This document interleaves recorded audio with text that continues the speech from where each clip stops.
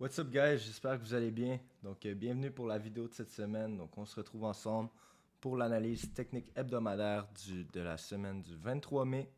Donc sans plus tarder, let's go sur les charts. Donc cette semaine au niveau de l'or, on a bien tenu niveau hebdomadaire la 200 en semaine, ainsi que la confluence de la trendline et le break and retest de celle-ci. Donc pour moi, si vous retournez dans la semaine passée, dans la vidéo de la semaine passée, vous allez voir que la zone du 1800 au 1780 était une zone cruciale.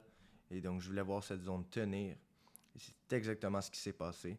Par contre, il faut savoir que toute la zone ici, entre le 1860 et le 1840, 1830, sont pour moi une zone qui va vraiment nous indiquer si le trend a changé et donc s'il y a un renversement au niveau du trend pour un potentiel uptrend moyen terme et long terme. Donc, comme je vous ai dit, je vais garder en tête les niveaux clés à la hausse. Pour moi, 18,90-1900 est un niveau très clé avec le swing low ici. Et donc, on a le point 50 aussi. Par contre, si on peut aller dipper, donc si on peut se rendre jusqu'au niveau 61, spécialement si on a une correction un petit peu plus, comment dire, lente, une correction un petit peu plus tranquille. Donc je crois qu'on a une fenêtre de 2 semaines ici au niveau de l'or pour se rendre au point 61. Exactement, donc 14 jours.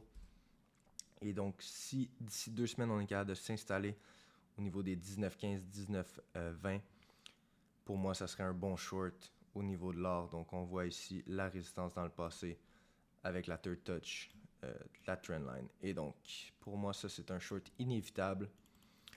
Donc, à ce niveau-là, comme je vous ai dit, je garde mes longs. Présentement, j'ai bâti ma position pour avoir un long moyen terme. Mais pour ceux qui sont avec un bias un petit peu plus court, donc à la baisse, garde en tête que les 18, 90, 1900 sont un très beau point d'entrée. Sinon, les 19-20, surtout si on s'agence avec la trendline, pour moi, ça serait idéal.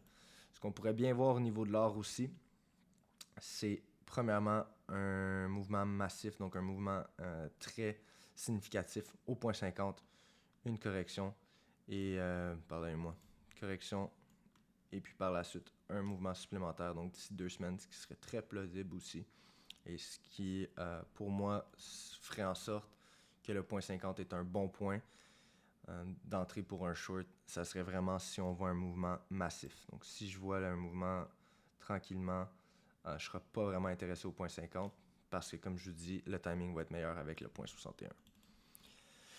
Niveau argent, on est un peu dans le même principe. Donc, comme j'avais dit dans la vidéo de la semaine passée, les points 50 ont tenu. Et donc, pour moi, c'est un point positif.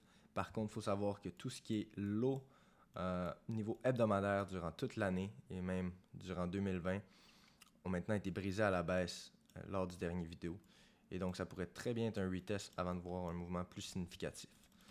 Donc, si vous savez, si vous avez regardé mes vidéos, donc mes précédentes vidéos, vous savez comment j'utilise l'argent comme une confluence supplémentaire à mon graphique de l'or.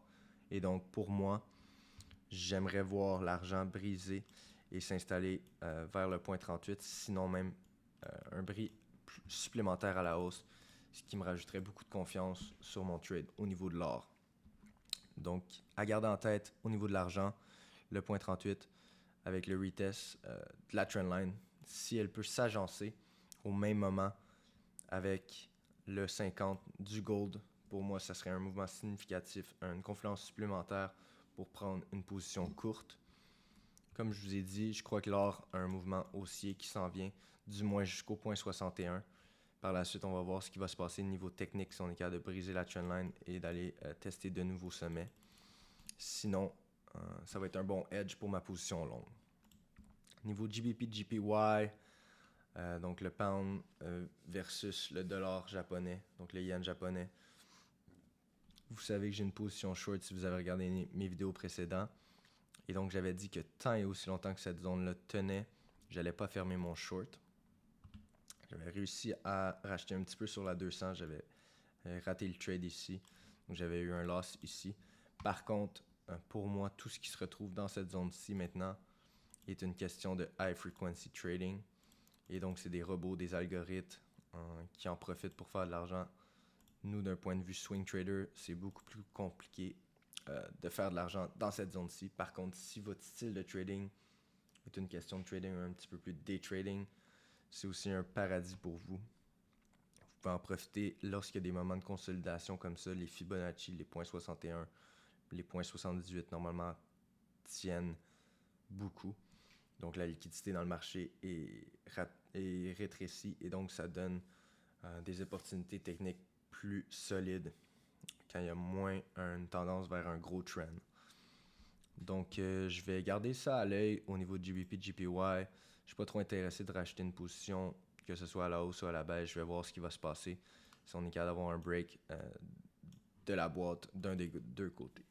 Niveau euro, odd, même principe, j'en avais parlé la semaine passée dans mon vidéo. Pour moi, le point 50 était extrêmement solide. Ce fut le cas. On a eu un beau double top.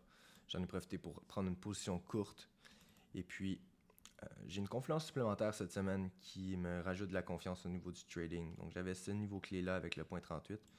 Et on a fermé à chaque jour au-dessous de 1.50, 500. Et donc, pour moi, c'est significatif d'un point de vue downside, donc d'un point de vue à la baisse. Donc, j'aimerais vraiment voir Euro Odd s'installer sur la trendline avec un Todd Touch. Pour moi, là, ça serait une position à l'achat. Donc, pour me hedger, j'aurais un short ici et un achat là. Par la suite, j'aimerais voir ce qui se passe. Si on est capable de briser la trendline, je m'attends à voir un double bottom s'installer. Et de l'autre côté, si jamais on voit que ce sommet-là est brisé à la hausse, il y aurait potentiellement un niveau au point 61, sinon supplémentaire dans les derniers highs qui ont été créés. Donc pourquoi, pour moi ici, je veux prendre un achat? Simple raison, j'ai la confluence de la troisième touch. Et puis, j'ai aussi un point 50 de l'impulse. Donc pour moi, ces deux confluences-là sont assez solides. J'ai aussi un lot ici qui s'était créé. Et donc on sait, ici ça semble être aussi utilisé de support avant ce fake breakout-là. Donc pour moi, ce niveau clé-là, des 1.48, est très solide. Et donc je vais prendre une position longue. N'oubliez pas aussi que j'ai une position courte et donc c'est un edge. Ce n'est pas des conseils financiers que je vous donne. C'est simplement une question de gestion de risque à ce niveau-là. Au niveau du Bitcoin, on est toujours dans les 30 000, donc ça fait quasiment 2 semaines maintenant qu'on est dans les 30 000. C'est pas surprenant pour moi. Si vous retournez voir dans mes anciennes vidéos, vous allez voir que j'en parlais, que le niveau des 30 000 était un niveau clé. J'ai aussi dit que je gardais en tête les niveaux des 20 000. Et donc, pour moi, 20 000 est le buy absolu. Donc, c'est un endroit où si le Bitcoin va à 20 000, je vais en profiter pour acheter de façon significative.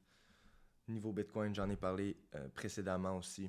C'est pas une question de trading. Tout ce que j'ai analysé niveau Bitcoin, c'est plus d'un niveau investissement. C'est des niveaux clés où j'aime bien rentrer dans les positions, mais c'est pas pour moi des trades à short term ou mid term. C'est vraiment une question d'investissement à long terme. Dans la vidéo de la semaine passée, si jamais vous voulez en savoir plus, je parlais sur qu'est-ce qu'un halving et pour quelles raisons j'ai un profit target de 2025. Donc, c'est un trade de 3 ans, donc un investissement sur 3 ans niveau Bitcoin. Niveau day trading, j'ai le niveau des 34 000 à garder en tête. Pour moi, ce fut un acte de support au cours de cette année. Et donc, j'aimerais voir un retest pour un mouvement, un trade à la baisse. Il y a aussi le point 38 de l'impulse. Et donc, à 34 000, je serais intéressé au niveau de prendre une position courte sur le Bitcoin. Donc, j'espère que vous avez apprécié la vidéo d'aujourd'hui. C'était une vidéo un petit peu plus courte. Donc, c'est les mêmes paires que je regarde maintenant et que j'analyse depuis 1 mois. Donc, vous voyez comment je les trade.